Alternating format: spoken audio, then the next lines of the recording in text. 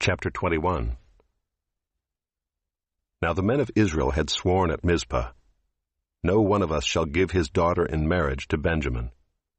And the people came to Bethel, and sat there till evening before God, and they lifted up their voices and wept bitterly. And they said, "O Lord, the God of Israel, why has this happened in Israel, that today there should be one tribe lacking in Israel?" And the next day the people rose early and built there an altar and offered burnt offerings and peace offerings. And the people of Israel said, "Which of all the tribes of Israel did not come up in the assembly to the Lord?" For they had taken a great oath concerning him who did not come up to the Lord to Mizpah, saying, "He shall surely be put to death."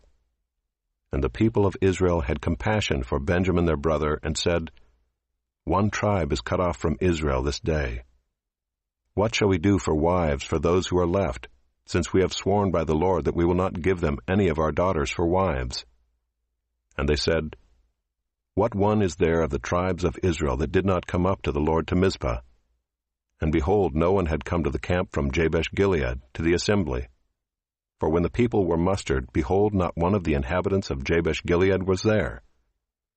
So the congregation sent 12,000 of their bravest men there, and commanded them, "Go and strike the inhabitants of Jabesh-Gilead with the edge of the sword, also the women and the little ones. This is what you shall do.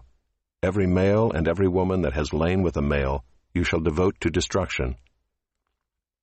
And they found among the inhabitants of Jabesh-Gilead 400 young virgins who had not known a man by lying with him, and they brought them to the camp at Shiloh, which is in the land of Canaan. Then the whole congregation sent word to the people of Benjamin who were at the rock of Rimmon, and proclaimed peace to them. And Benjamin returned at that time, and they gave them the women whom they had saved alive of the women of Jabesh-Gilead, but they were not enough for them. And the people had compassion on Benjamin, because the Lord had made a breach in the tribes of Israel. Then the elders of the congregation said, "What shall we do for wives for those who are left, since the women are destroyed out of Benjamin?" And they said, "There must be an inheritance for the survivors of Benjamin, that a tribe not be blotted out from Israel. Yet we cannot give them wives from our daughters." For the people of Israel had sworn, "Cursed be he who gives a wife to Benjamin." So they said, "Behold, there is the yearly feast of the Lord at Shiloh, which is north of Bethel on the east of the highway that goes up from Bethel to Shechem, and south of Lebonah." And they commanded the people of Benjamin, saying, "Go and lie in ambush in the vineyards and watch. If the daughters of Shiloh come out to dance in the dances, then come out of the vineyards and snatch each man his wife from the daughters of Shiloh, and go to the land of Benjamin.